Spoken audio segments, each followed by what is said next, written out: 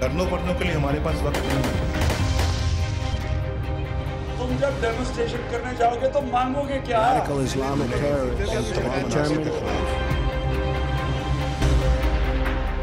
Army chief पारा चिनार आ गए, धरना खत्म। पारा चिनार के लोगों का एक मुतालबा पूरा हो गया, 11 डिमांड्स बाकी हैं। सेफ सिटी का वादा तो कर लिया गया, लेकिन कुर्रम टूर मलेशिया की वापसी, रेड जोन की हुदूद में तब्दीली और धमाकों की तहकीकात मंजर-ए-आम पर लाना आसान नहीं होगा।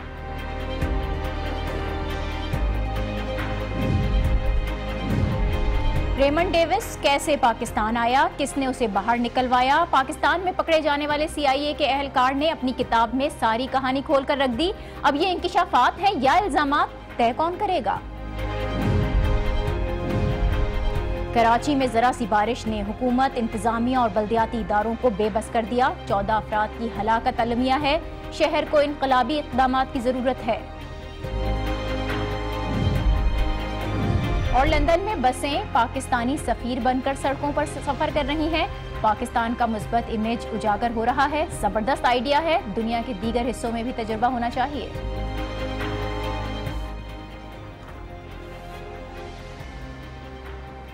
अस्सलाम वालेकुम, आप देख रहे हैं न्यूज़ आवर विद नाजिया और मैं हूं नाजिया अशर। पारा चिनार में कबायली उमायदीन और मकामी लोग पिछले जुमे से धरने पर बैठे हुए थे और दहशतगर्दी के खिलाफ एहतजाज कर रहे थे। आर्मी चीफ से मुज़ाकरात की शर्त रखी हुई थी उन्होंने, और अब आखिरकार पूरे एक हफ्ते के बाद उनका मुतालबा पूरा हुआ। Army chief general Qamar Javed Bajwa खुद पारा चिनार पहुंचे, वहां हालात का जायजा लिया। उन्हें हालात पर मुकम्मल ब्रीफिंग भी दी गई और गवर्नर हाउस में उनकी कबायली उमायदीन के 15 रुकनी वफ्द से मुलाकात हुई, जिसमें 11 मुतालबात सामने रखे गए थे, जिनमें कुर्रम टूर मलेशिया की वापसी शामिल है। रेड जोन का दायरा पारा चिनार से हटाकर शहर के दाखिली और खारजी रास्तों तक ले जाने का मुतालबा किया गया।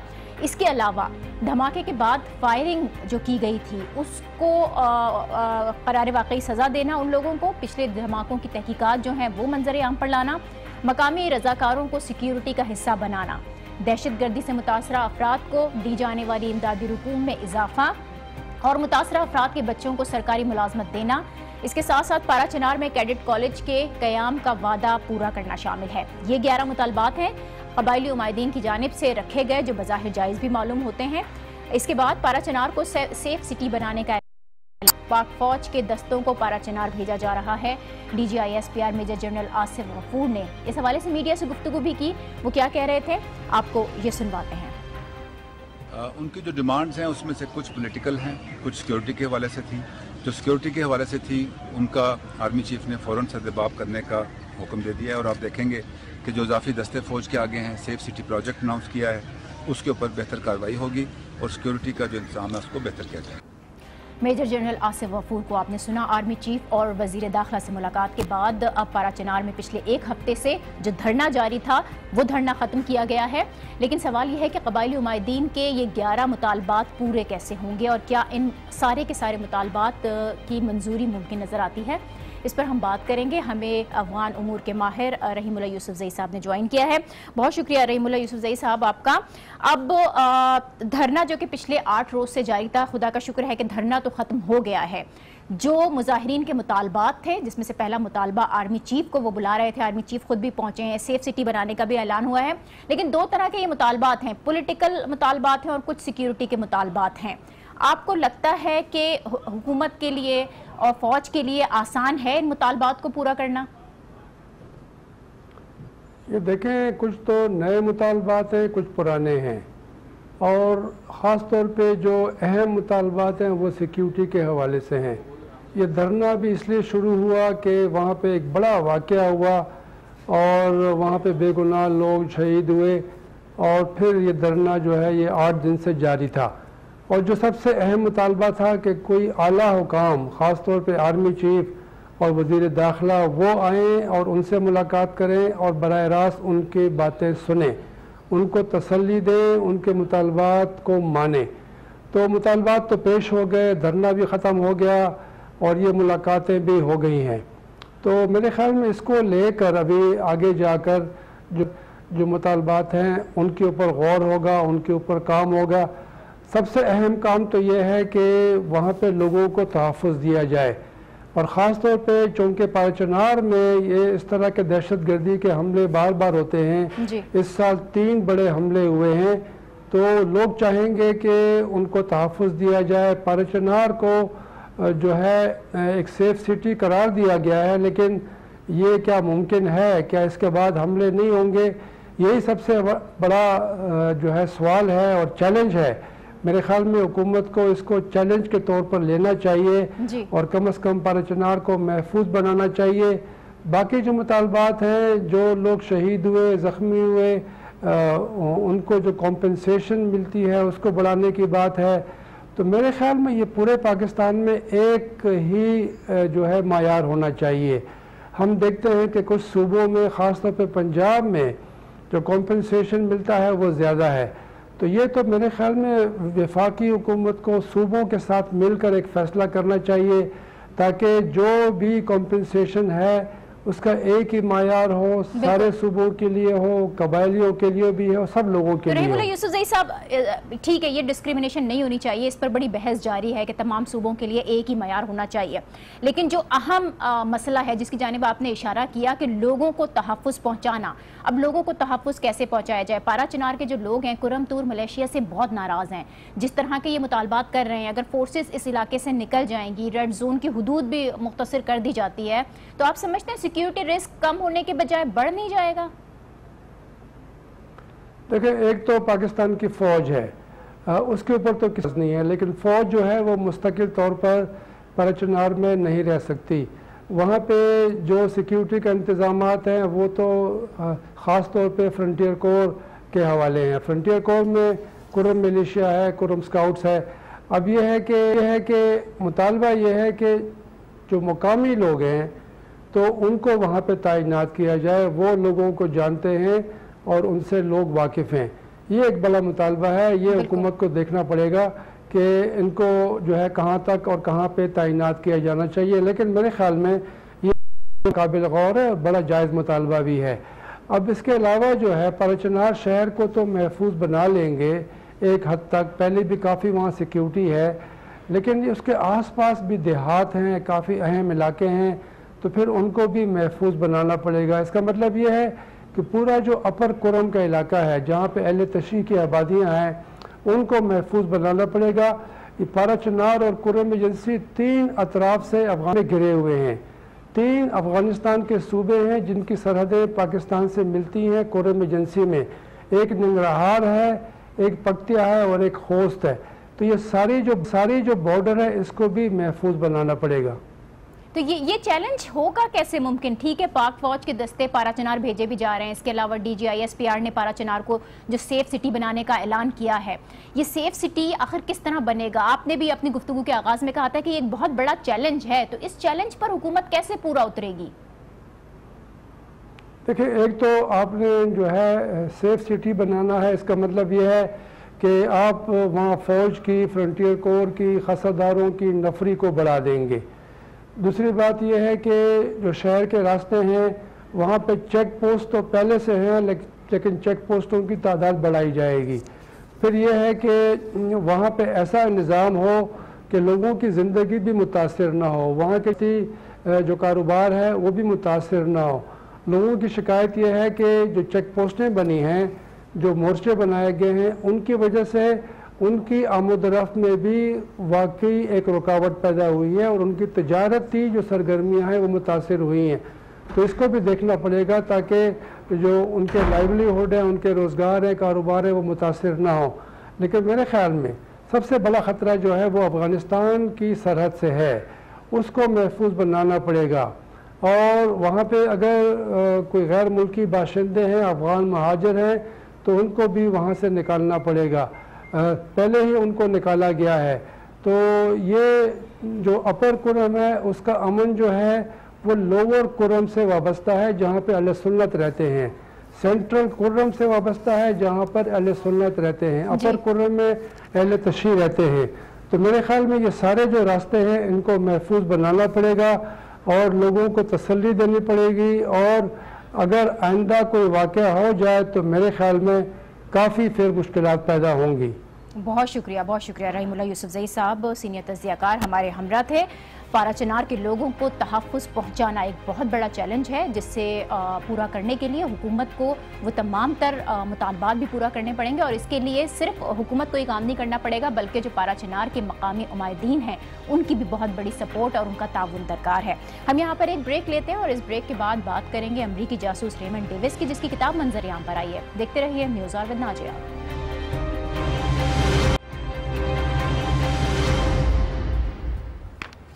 Welcome back. अमरीकी जासूस रेमंड डेविस, जिसे अमरीकी सिफारतखाना एक अरसे तक अपना मुलाजिम बताता रहा, जिससे मुताल्लिक इस्तिस्ना के दावे किए गए, जिसके बारे में खुद अमरीकी सदर ने यह कहा कि वो सिफारतखाने का मुलाजिम है, CIA एजेंट नहीं। उसकी असल हकीकत क्या थी, वो कैसे पाकिस्तान आया, किस तरह से यहाँ गिरफ्तार हुआ और फिर किस तरह उसकी रिहाई मुमकिन हुई, इस सारे मामले पर अब रेमंड डेविस ने खुद एक किताब लिखी है। सिर्फ वो सच जो बताना चाहता था उसने बताया। द कॉन्ट्रैक्टर के नाम से शाया होने वाली इस किताब में बड़े ही ड्रामाई अंदाज में लाहौर में फ़हीम और फैज़ान हैदर के कत्ल का तफसीली तज़किरा है। रेमंड डेविस ने अपनी रुदाद सुनाते हुए कहा है कि किस तरह वो पाकिस्तानी जेल गया और फिर सिफारती बहरान का बाइस बना।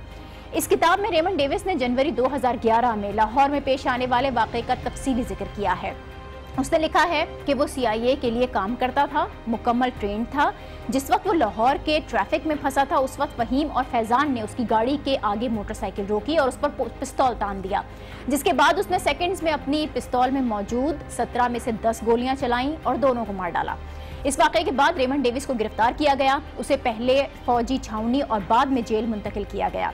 इस किताब में उस वक्त के ISI चीफ शुजा पाशा का भी तज़किरा है, जिन्होंने रेमंड डेविस के मुताबिक उसकी रिहाई में अहम किरदार अदा किया। रेमंड डेविस ने इस किताब में इस बात का इंकिशाफ भी किया है कि उसकी हिरासत के वक्त एबटाबाद ऑपरेशन का फैसला हो चुका था, इसलिए अमरीकी हुकाम उसे जल्द अज जल्द बाहर निकालना चाहते थे, क्योंकि उन्हें खदशा था कि अगर ऑपरेशन के बाद भी रेमंड डेविस पाकिस्तान की हिरासत में रहा तो उसको निकालना मुश्किल हो जाएगा।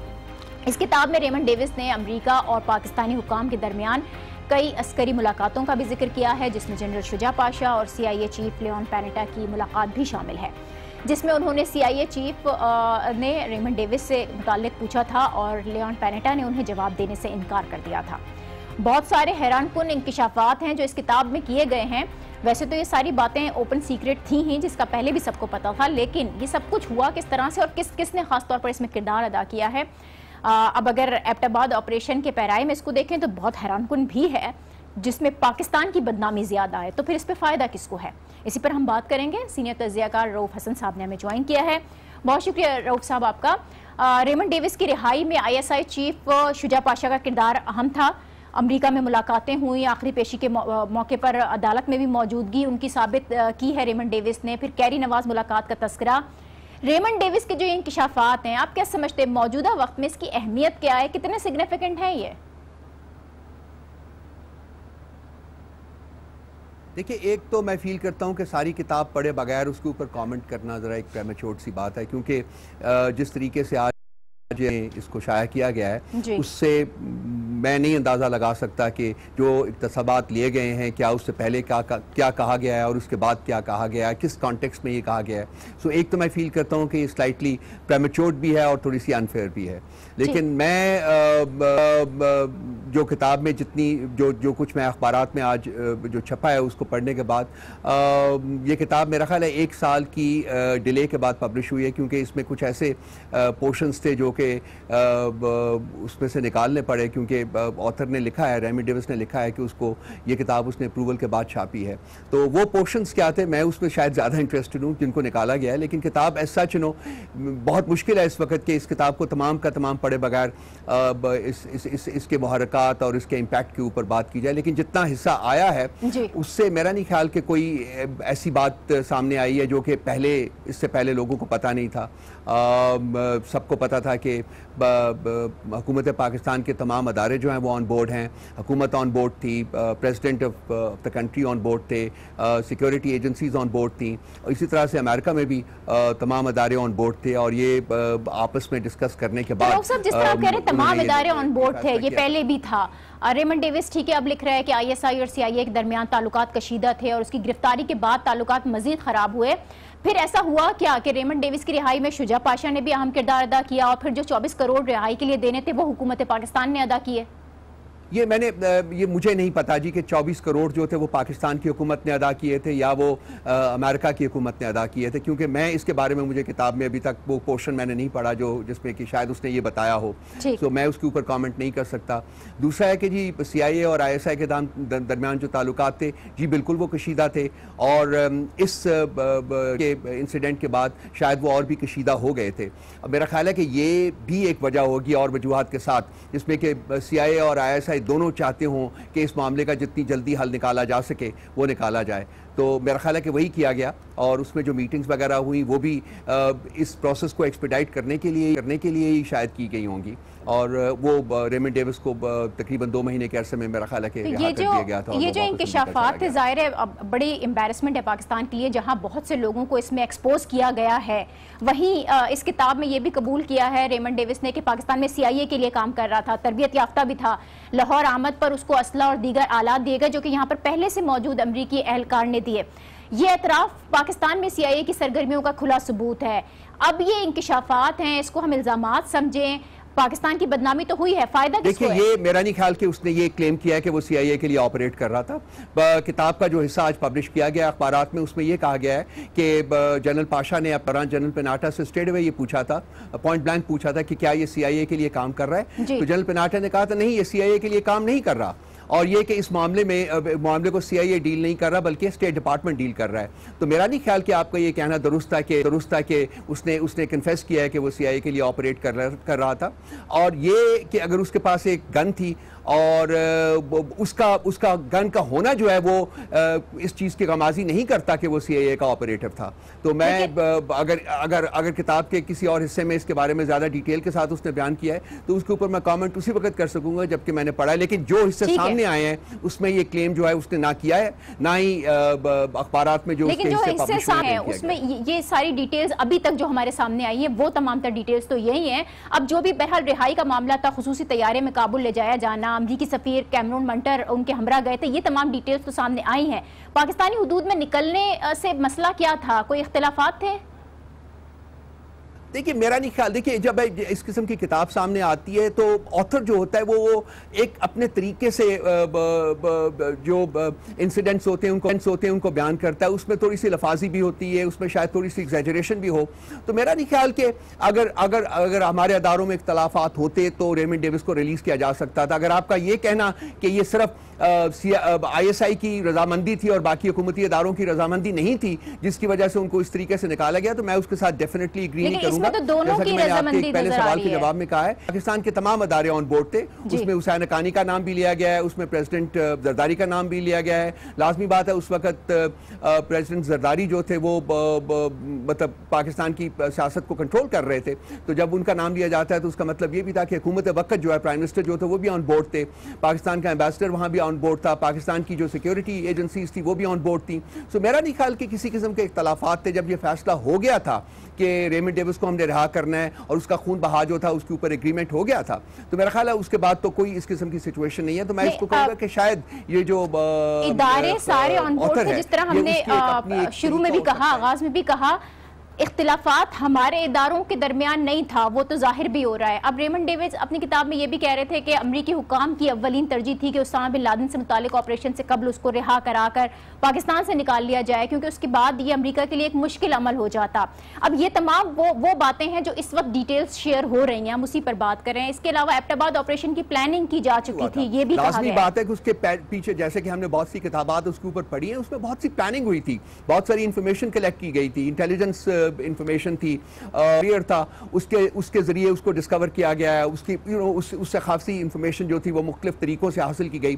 तो ऑपरेशन उस सारे अरसे में प्लान हो रहा था। तो उसका ये कहना शायद दुरुस्त हो कि जब ये ऑपरेशन अपनी फाइनल स्टेजेस के ऊपर था, मतलब इंप्लीमेंट होने से पहले, इसको एग्जीक्यूट करने से पहले, ये रेमंड डेविस का इंसिडेंट उन्हीं दिनों में हुआ था। तो लाजमी बात है, ये एक समझ में आने वाली बात है कि उस वक्त हुकूमत अमरीका की शायद ये स्ट्रेस कर रही हो कि रेमंड डेविस का मसला जल्दी से जल्दी हल किया जाए, क्योंकि इंफॉर्मेशन कलेक्ट करने के बाद शायद उनके दिमाग में ये हो कि कहीं उसामा बिन लादेन अपनी जो रिहाइश है उसको तब्दील ना कर ले, शायद हम इकट्ठा किया है, हमने जो इंफॉर्मेशन इकट्ठी की है वो उसको लीक आउट ना हो जाए, जिसकी बेसिस के ऊपर शायद वो हमारी गिरफ्त से दोबारा निकल जाए। तो ये समझ में आती है बात कि वो चाहती थी, हुकूमत अमरीका चाहती थी कि ये मसला जो है रेमंड डेविस का, ये जल्दी से जल्दी हल किया जाए। बहुत शुक्रिया रऊफ हसन साहब। सीनियर तज्जियाकार अपना तज्जिया दे रहे थे किताब के उन हिस्सों की तफसीलात जो अब तक मंजर आम पर आई हैं। मुकम्मल किताब तो अभी तक नहीं यहाँ पर आई है, पढ़ी नहीं गई है, लेकिन उस किताब के कुछ हिस्से जो सामने आए और जो अखबारात में छपे उस पर हमने तज्जिया लिया। अब हम एक ब्रेक लेते हैं और इस ब्रेक के बाद बात करेंगे पाकिस्तान, वो पाकिस्तानी जो कि समंदर पार हैं और पाकिस्तान का इमेज बेहतर करने की कोशिशें कर रहे हैं। देखते रहिए news hour with Nazia. Welcome back. Karachi वो शहर जो पिछले 2 माह से बारिशों के लिए तरस रहा था। यहाँ के शहरी दुआएं कर रहे थे कि किसी तरह से अबर बरसे और गर्मी से छुटकारा मिले। पूरे रमज़ान इसके लिए खुसूसी दुआएं की जाती रहीं और आखिरकार ईद के तीसरे रोज़ से यहाँ बारिशों का सिलसिला शुरू हुआ। रहमत बरसी, मौसम ज़बरदस्त हुआ, लेकिन इस बारिश के साथ ही पूरे शहर का निज़ाम दरहम बरहम होकर रह गया। परसों यानी ईद के तीसरे दिन तक छुट्टियां थी, इसलिए उस वक्त तक बारिश से शहर का ट्रैफिक और लोग इतने मुतासिर नहीं हुए, लेकिन कल की बारिश ने तो पूरे शहर का जो निज़ाम था उसको दरहम बरहम किया है। सिंध हुकूमत, बल्दियाती नुमाइंदे, शहरी इंतज़ामिया सब कोशिशें तो कर रहे हैं, लेकिन वो कोशिशों पर कोई रिजल्ट निकलता नज़र नहीं आ रहा। लापरवाही बहुत ज़्यादा नज़र आती है तामीराती कामों के इर्द गिर्द, और बारिशों की पेशगोई के बावजूद कोई हिफाजती इंतजामात नहीं किए गए थे, ना कोई हिसार नज़र आता था जिससे बारिश के दौरान लोगों को ये पता चल सके कि कहाँ पर तामीराती काम जारी है, शहर में कहाँ कहाँ पर गड्ढे खुदे हुए हैं, जिसके बाइस मुख्तलिफ हादसा भी पेश आए। गड्ढों में लोग गिरे हैं। पंजाब कॉलोनी में भी ऐसा ही वाक़या पेश आया जहाँ पर 2 बच्चे अंडरपास में डूबे, और इसी तरह के मुख्तलिफ हादसा अब तक 14 अफराद की जानें जा चुकी हैं। हब में भी सैलाबी रेले ने तबाही मचाई है, 11 अफराद जाँ भाग हुए हैं। सिर्फ बारिशों से इतनी तबाही हुई है और इतनी बड़ी तादाद में लोगों की जो हलाकत है वो अलमिया है, लेकिन ये सब कुछ पहली बार नहीं हो रहा। हर मरतबा बारिश होती है और इसी तरह की सूरत हाल देखने को मिलती है। अब इस वक्त सिचुएशन ये है कि बारिश रुकने के बाद इंतज़ामिया हरकत में तो आई है। शहर के मुख्तलिफ मकामात हैं, इलाके हैं जहाँ पर काम जारी है, पानी निकालने की कोशिशें भी हो रही हैं। ये कोशिशें कहाँ तक पहुँची हैं और किस कदर मसाइल हैं जो अब भी दरपेश हैं, हम बात करेंगे। डिप्टी मेयर कराची अरशद वोरा साहब ने हमें ज्वाइन किया है। बहुत शुक्रिया अरशद वोरा साहब। बड़ी कोशिशें की जा रही हैं कि किसी तरीके से कराची का जो निज़ाम है वो बिगड़ने ना पाए, लेकिन बारिशों के बाद कराची का हाल बिगड़ चुका है। सड़कें तालाब बनी हुई हैं, 14 अफराद जान से चले गए हैं। कैसे काबू पाएंगे इन तमाम मसाइल पर? बिस्मिल्लाहिर्रहमानिर्रहीम। देखें, सबसे पहले तो मैं आपको ये बताऊं ये कि परसों ईद के तीसरे दिन सुबह 11 बजे से हमारी मीटिंग थी, जो कि तमाम मीडिया के लोगों को भी पता है, तमाम जो भी कंसर्न स्टाफ था केएमसी का, वो सारे सीनियर ऑफिसर, सीनियर हमारे लोग सब मौजूद थे। उसमें तमाम डिस्ट्रिक्ट के चेयरमैन और उनके वाइस चेयरमैन भी थे, और मीटिंग करके एक लाएमल तैयार किया गया था। उस लाएमल पे इम्प्लीमेंटेशन फौरन शुरू कर दी गई थी, और तकरीबन आप ये समझ लें कि 2 बजे के करीब प्रेस ब्रीफिंग भी दी थी मैंने कि क्या क्या हमने काम शुरू किया हुआ है। उसके फौरी बाद एक्चुअली एक्सपेक्टेड ये था कि ईद के चौथे रोज बारिश होगी, लेकिन तीसरे रोज बारिश हो गई। लेकिन हमारे क्योंकि अमला तैयार था, मैं उस दिन ईद के तीसरे दिन सुबह 11 बजे से ये समझ लें कि बारिश जब शुरू हुई उसके बाद से ऑन रोड ही था मुख्तलिफ इलाकों में, और हमारे जो जहाँ मेजर इश्यूज आते थे, अच्छा उसमें मैं सॉरी बताना भूल गया कि हमने कराची इलेक्ट्रिक वालों को भी हमने लूप में लिया हुआ था। उनके एमडी से मेरी उससे ईद के दूसरे दिन रात को बात हुई, और मैंने उनसे ये कहा था कि ये जो करंट लगने से वाकयात होते हैं, जो अमवात होती हैं, ये ना होनी चाहिए, इसकी वजह से बड़ी तकलीफ होती है हमें। ठीक है अरशद, मैंने अपनी गुफ्तगू के दौरान फोकस भी इसी बात पे किया कि कोशिशें तो नजर आ रही हैं, आप भी शहर के अंदर नजर आ रहे हैं, टीमें भी नजर आ रही हैं और दावे भी बहुत किए जा रहे हैं, लेकिन प्रॉब्लम है कि क्यों ये इंफ्रास्ट्रक्चर इतना बदतरीन हो चुका है कि किसी तौर पर संभलने में नहीं आ रहा है। क्यों, जब आपने इंतजामात भी सारे कर लिए थे, मीटिंग्स भी सब कर ली थी, लेकिन उसके बावजूद ना निकासी आपका कोई बंदोबस्त हो सका, फिर आप लोगों के इख्तियारात का एक अलग मसला है। बारिश तो अचानक नहीं हुई, 1 हफ्ते पहले ही महकमा मौसमियात ने इसकी पेशगोई तो की थी।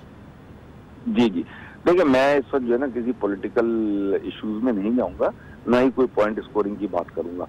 बहरहाल मैं सिर्फ इतना कहना चाहूंगा कि केएमसी का ही अमला जो है, जो कुछ भी अब तक हुआ है कराची शहर में बारिश शुरू होने से लेके आज तक, सिर्फ और सिर्फ कराची म्युनिसिपल कॉरपोरेशन और डिस्ट्रिक्ट म्युनिसिपल कॉरपोरेशन, ये जो मुंतखब बल्दियाती नुमाइंदे यही काम कर रहे हैं। इसके अलावा किसी और महकमे ने ना काम किया, ना कहीं नजर आए।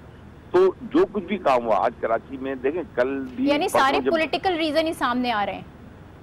लेकिन आप मेरी प्लीज बात सुन लें। देखें परसों जो है, जब रात को परसों हम निकले हैं तो हमारे 11 जो है डी वाटरिंग पंप जो है वो उन्होंने काम शुरू कर दिया था। शारा फैसल को हमने ब्लॉक नहीं होने दिया, जो हमेशा ब्लॉक होती है।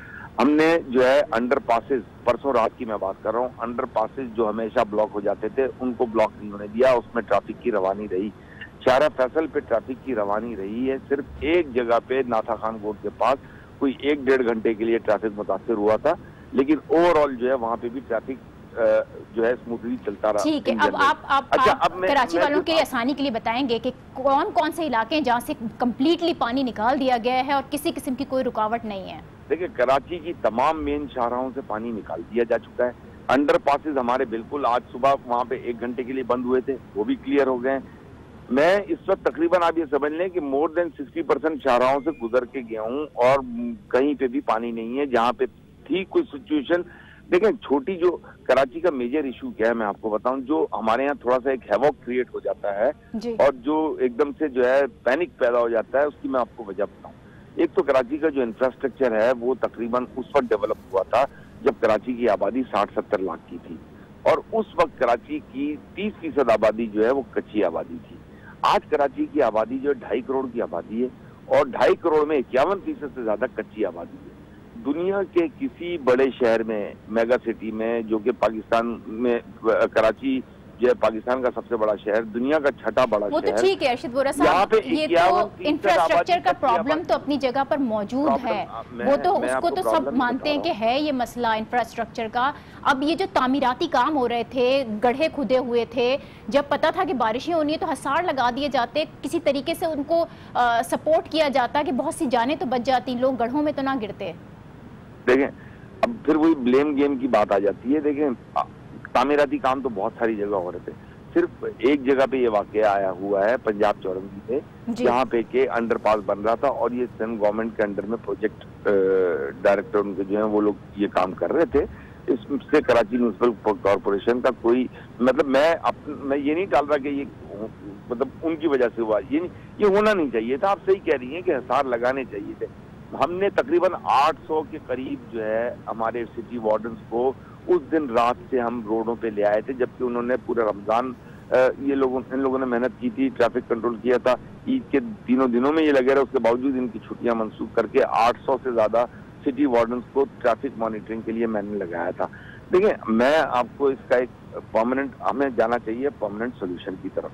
क्या है परमानेंट सोल्यूशन? देखिए, कराची का परमानेंट सोल्यूशन जो है ना वो ये है, और उसके लिए मैं आप लोगों से, मीडिया से रिक्वेस्ट करूंगा कि देखिए कराची के लिए आप लोगों को आवाज उठानी पड़ेगी। आप मुझे ब्लेम हम करें, तो आवाज उठा रहे हैं अर्शद वोरा साहब, बिल्कुल आवाज उठा रहे हैं। आप देखें हर जगह कराची के जो मसाइल है वही उन्हीं पर ही तो बात हो रही है इस वक्त। मैं आपको इश्यूज बता रहा हूँ जी, आप उन इश्यूज को अपने ध्यान में रख लें, उसमें कहीं मैं गलत हूँ तो मुझे आप सही करें। देखिए, कराची का इशू ये है कि कराची आपको पता है पाकिस्तान का फाइनेंशियल हब है, पाकिस्तान की इकोनॉमी की बैकबोन है, और कराची को पाकिस्तान जो सिंध गवर्नमेंट को पैसे देती है और सिंध गवर्नमेंट से जो कराची में डेवलपमेंट पे खर्च होता है, अगर आप उसको कैलकुलेशन करें और पाकिस्तान के दूसरे बड़े शहरों पे जो पाकिस्तान फेडरल गवर्नमेंट जो है एटनिक के 3 प्रोजेक्ट करती है, वो जो खर्च होता है, अगर उसको आप कंपैरिजन करें तो कराची को 1% भी नहीं दिया गया।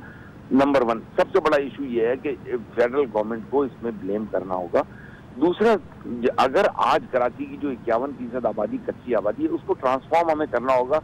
दुनिया में जिस तरह हाई राइजेस पे लेके गए, उसको एक प्रॉपरली डेवलप्ड एरिया में कन्वर्ट करना होगा, जो कि कराची म्यूनिसिपल कॉर्पोरेशन का अकेले का काम नहीं है। बिल्कुल, सबको मिलकर ये करना पड़ेगा। आप जिन चीजों की तरफ इशारा कर रहे हैं, हमने बहुत इस पर बात की और हम ये तमाम मसाइल जो है वो हुकूमत के सामने भी रखते हैं, ताकि मिलकर, ठीक है, वफाकी हुकूमत, सूबाई हुकूमत मिलकर ये मसाइल हल करे। बहुत शुक्रिया अर्शद वोरा साहब, आपने वक्त दिया, बहुत की ज़रूरत है शहर कराची को आपकी।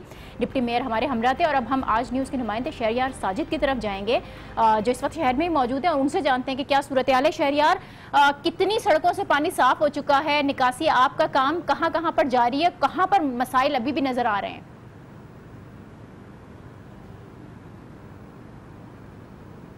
बिल्कुल, अभी मैं अर्शद वोरा साहब की भी गुफ्तगू सुन रहा था। इस वक्त मैं मेन लाक्ताबाद पे मौजूद हूँ और आप मेरे पीछे देख सकती हैं कि यहाँ पर कितना पानी है। ये मेन शाहरा है जहाँ पर चारों तरफ और बीच में चुरंगी है, आप इससे अंदाजा कर लें कि यहाँ पे कितनी ट्रैफिक होती होगी दिन में और इस टाइम पे भी, लेकिन यहाँ का पानी अभी तक नहीं निकाला गया। इसके अलावा जो दीगर इलाके उसके अंदर लांडी है, कुरंगी है, मिल्लत टाउन है, महमूदाबाद है, अख्तर कॉलोनी है, कयूमाबाद है, सुरजानी टाउन है, नॉर्थ कराची है, न्यू कराची है। इसके अलावा गुज्जर नाला के अतराफ की जितनी भी आबादी है वो भी इस वक्त पानी में डूबी हुई है। हमारा अलमिया यही है कि जब भी यहाँ पे रहमत बरसती है तो वो जहमत बन जाती है। वो सिर्फ इसी वजह से इंफ्रास्ट्रक्चर की बात की जा रही है। तो जितने भी नाले हैं यहाँ पर वो आज तक सफाई नहीं की गई। हर दफा दावे किए जाते हैं, हर दफा बात की जाती है कि नालों को सफाई की जाएगी, लेकिन अभी भी हमने देखा बारिश का अलर्ट पहले जारी कर दिया गया था, लेकिन उसके बावजूद यहाँ पे नाले सफाई नहीं की गई। नाले आगे से सारे के सारे चौक हो चुके हैं, जिसकी वजह से जितना भी सीवरेज का पानी है वो भी सड़कों के ऊपर आ गया और आबादी के अंदर और घरों के अंदर जो वो दाखिल होना शुरू हो चुका है, जिसकी वजह से शहरी जो है मुश्किलात का सामना उनको करना पड़ रहा है। जहाँ तक बात है बल्दियाती इदारों की, तो उनकी जानिब से किसी एक इलाके के अंदर उनकी मशीनरी जो है वो हमें इस्तेमाल होते हुए नजर आई है, लेकिन वो भी जो पानी निकाल के डाल रही है वो नाले में डाल रही है, नाला वापस बैक मार रहा है और वो वापस जो है वो इलाके के अंदर पानी मौजूद है। जी ठीक है शहरियार, पूरे शहर की ही यही हालत है। जो मेन शाहराएं हैं, अभी अरशद वोरा साहब से भी हमारी बात हो रही थी, वो कह रहे थे मेन शाहराओं का तो पानी साफ किया गया है, लेकिन जाहिर है जो इर्द गिर्द के इलाके हैं, जो गलियां हैं, कूचे हैं, वहाँ पर पानी अभी भी जमा है।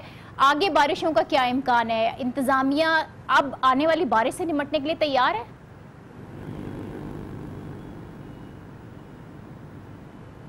नहीं नाजिया, मुझे नहीं लगता, क्योंकि जो हमने सर्वे किया है कराची का, उसमें जो हमने मशीनरी देखी है वो इस तरह से है, क्योंकि आपकी जो मेन जहाँ से पानी गुजरना है वही जब आपकी बंद है, ब्लॉक है, तो आपके जो इलाके का पानी है, जो आपके शहर के अंदर पानी जमा हो रहा है बारिश का, वो कैसे निकाला जाएगा? इसके ऊपर प्रॉपर काम करना पड़ेगा और ये महीनों का काम है। जब तक पूरे नालों की सफाई नहीं होगी, उसमें से कचरा नहीं निकाला जाएगा, ये पानी कभी भी जो है वो साफ नहीं हो सकता। अभी ये लियाकताबाद मेन एरिया है लियाकताबाद का, जहाँ पर पानी आपको मेरे पीछे नजर आ रहा होगा, और यहाँ पे कोई मशीनरी नहीं है, कोई जनरेटर यहाँ नहीं है, कोई मोटर यहाँ पे नहीं लगाई गई जिससे इसको पानी को निकाला जा सके। जहाँ तक बात इन्होंने शारा फैसल की थी, तो शारा फैसल पे मेन एयरपोर्ट का जो सिग्नल है, जो पुल है, उसके नीचे भी अच्छा खासा पानी वहाँ पे मौजूद है और वहाँ पे भी एक जनरेटर लगाया गया, मोटर लगाई गई है, लेकिन बात वो ये जिस नाले के अंदर वो पानी डाल रहे हैं वो नाला वापस बैक मार रहा है, क्योंकि आगे से वो ब्लॉक है, कचरे के ढेर की वजह से वो बिल्कुल बंद हो चुका है, जिसकी वजह से पानी आगे नहीं जा सकता और वो हमको सड़कों पर ही नजर आ रहा है। बहुत शुक्रिया शहरियार साजिद हमारे हमरा थे। और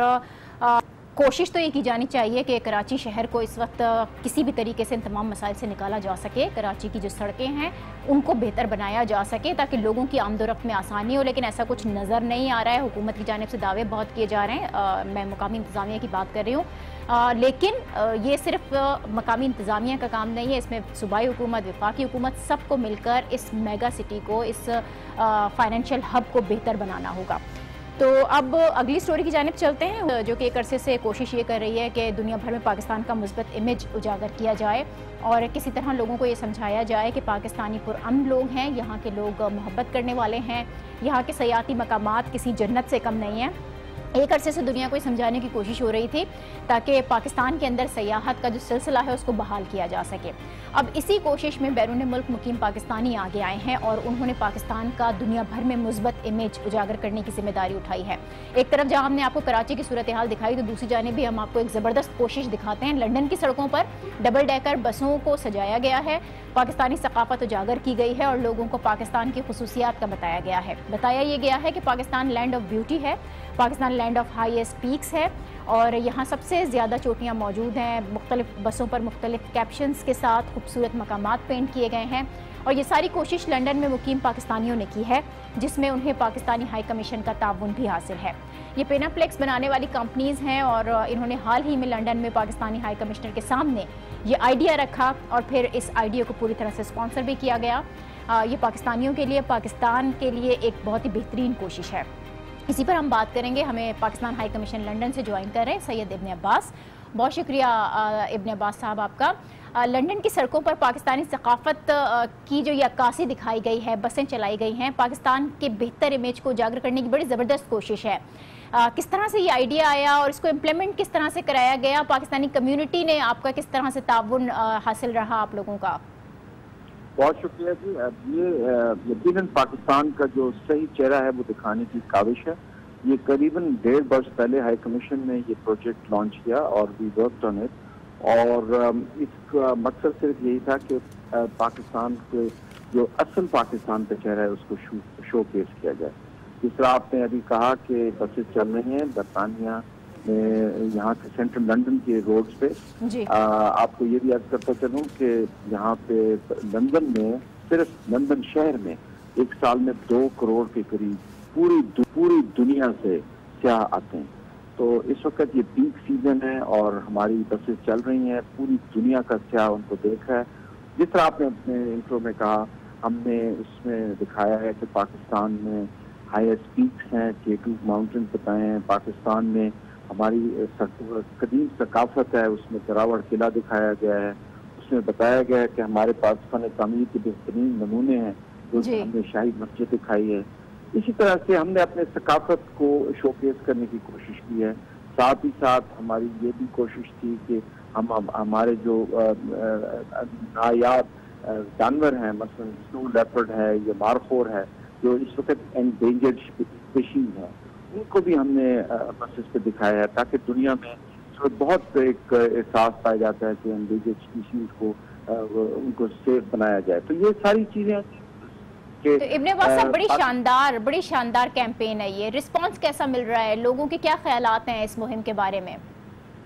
जी, मेरी तवक्कुआत से ज्यादा रिस्पांस मिला मुझे। सिर्फ आज के दिन जो हमारे फेसबुक पे हिट्स हुए हैं, वो 13 लाख के करीब इस वक्त तक हिट्स हो चुके हैं, जो लोगों ने आके इसको देखा और अप्रिशिएट किया। ये सिर्फ पाकिस्तान हाई कमीशन की फेसबुक है, लेकिन इसको बेशुमार वेबसाइट्स और दुनिया में इसको ट्वीट और रीट्वीट किया जा रहा है। मेरे ख्याल में जी ठीक है जी, जिस तरह हमारा मैंने अर्ज किया ना कि हमारी कोशिश है कि सियाहत को भी फरोग दें। आपके इल्म में होगा कि बरतानिया में पोलो एक बहुत इसको पसंद किया जाता है, पोलो को। तो हमने पोलो की भी उसके ऊपर तशहीर की है, दिखाया। बहुत अच्छा काम कर रहे हैं आप, बड़ा ज़बरदस्त किस्म की ये मुहिम है और आप मज़ीद ऐसे प्रोजेक्ट्स करते रहें। बहुत शुक्रिया आपका। इब्ने अब्बास साहब हमारे साथ मौजूद है, पाकिस्तान हाई कायदा खुसूसी लंदन। नवीद सज्जाद के बाद भी हम चलते हैं और उनसे जानते हैं कि ये जो बसेज हैं कौन कौन से रूट्स पर चलाई जा रही है। नवीद, बहुत शुक्रिया आपका। कौन कौन से रूट्स हैं इसके? ईस्ट पाकिस्तान में चली हैं जहाँ पाकिस्तानियों की तादाद काफ़ी है, या लंदन के दीगर इलाकों में भी इनको चलाया जा रहा है? रोजाना की बुनियाद पर तब्दील किए जा रहे हैं ताकि मुख्तलिफ रूट से होते हुए सेंट्रल लंदन से गुजरे, ताकि बरतानिया में ज्यादा से ज्यादा अफराद पाकिस्तानी सकाफत से आशना हो सके। तो ये बताइए नवीद, के सारा इंतजाम पाकिस्तानी हाई कमीशन की जानिब से तो हुआ है, इसे पाकिस्तान की 70 साल तकरीबात का हिस्सा भी करार दिया जा रहा है, तो क्या ये बसें अगस्त तक चलती रहेंगी या वक्ती तौर पर चलाया गया है इन्हें? ये एक मालूमात के मुताबिक ये बसें 4 हफ्तों तक बरतानिया की सड़कों पर पाकिस्तान के सकाफती रंग को उजागर करने में मुसलसल जो है वो ऑन द रोड रहेंगी। बहुत शुक्रिया नवीद सज्जाद आपका। और बड़ी ही शानदार किस्म की ये कोशिश है पाकिस्तान का मुस्बत इमेज दुनिया में उजागर करने के लिए। आज के प्रोग्राम से इतना ही। कल आपसे मंडे को फिर आपसे मुलाकात होती है। देखते रहिए न्यूज़ आवर विद नाजिया।